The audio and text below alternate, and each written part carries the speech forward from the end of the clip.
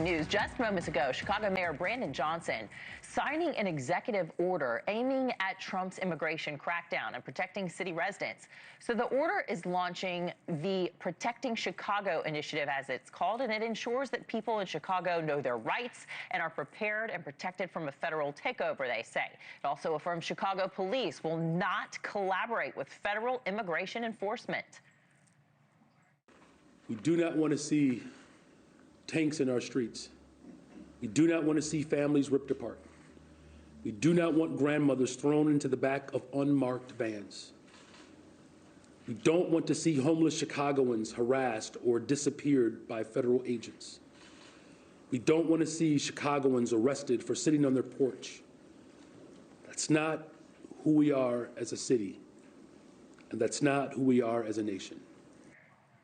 Mayor Johnson calling the Trump administration, quote, erratic and impulsive, acknowledging Trump could change his mind.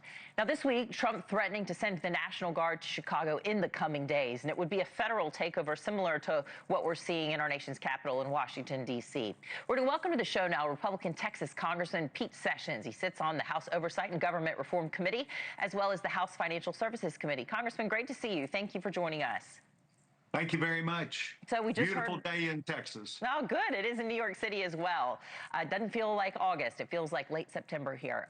But we just heard from the mayor of Chicago there, and his city is pushing back. So if local police are not going to be collaborating with ICE, what do you think that could mean for the city?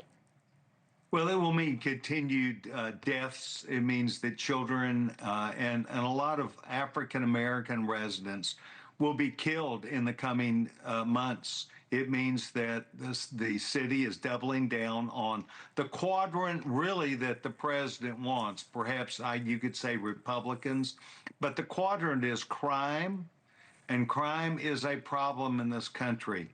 We understand that Chicago does not want to hold criminals accountable. We do understand that Chicago has a different way to look at things. But the bottom line is, it is a dangerous place that will continue to lose the confidence of business that lives there, and people will continue to migrate to places like my state and others because they want to be safe.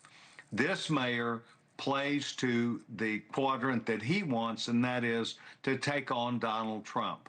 But the bottom line is the quadrant that Donald Trump wants is crime and economics, and ultimately economics will be the downfall of Illinois.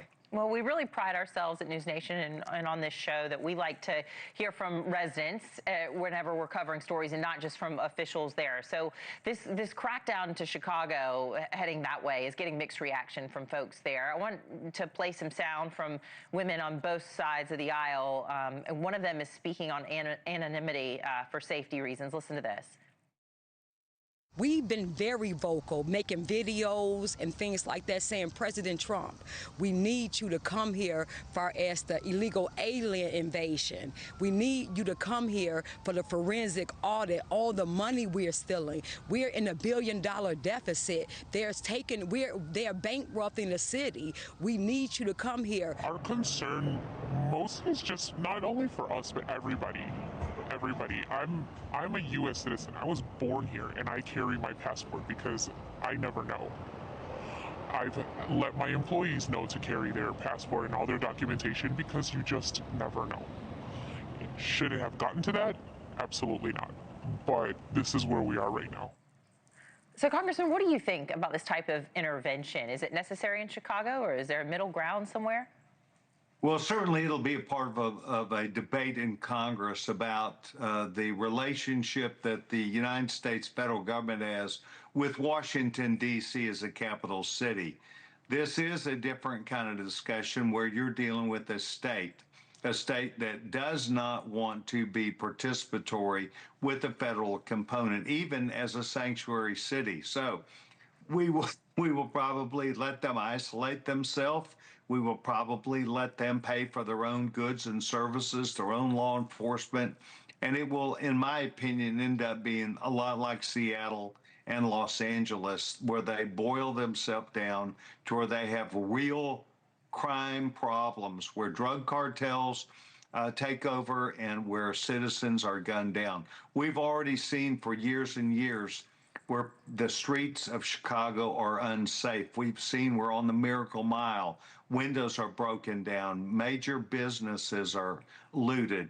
And if this is what they choose to do, then my vote would be, then that's fine. Let them do that. Others that are citizens, they would be welcome to come to states that have Republican control, where we have not only the ability for a citizen to be safe, but where a citizen could protect themselves also under the law. Well, in just the last hour here on this program, we're reporting on horrifying violence that happened in the city of Chicago just overnight as well.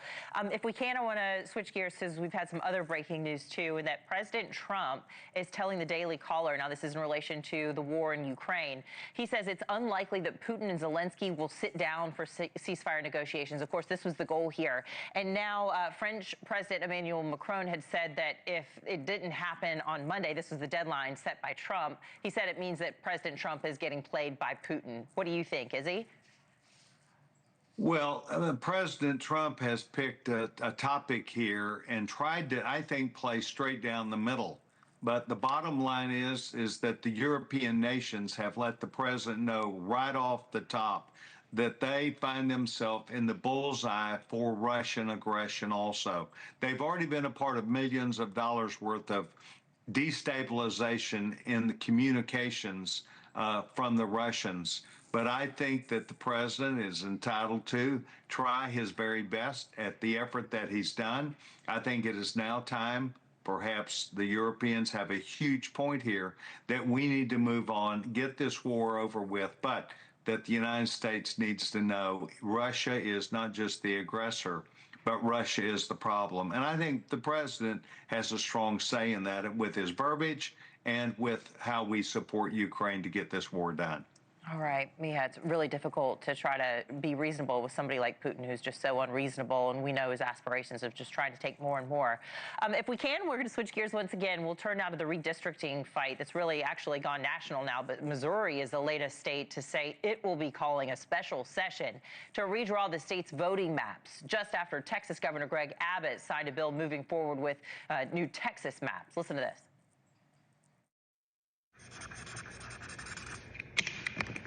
Texas is now more red in the United States Congress. So how are Republicans feeling about this and the back and forth that's continuing across the country, this real tit for tat here, and how it's landing with voters?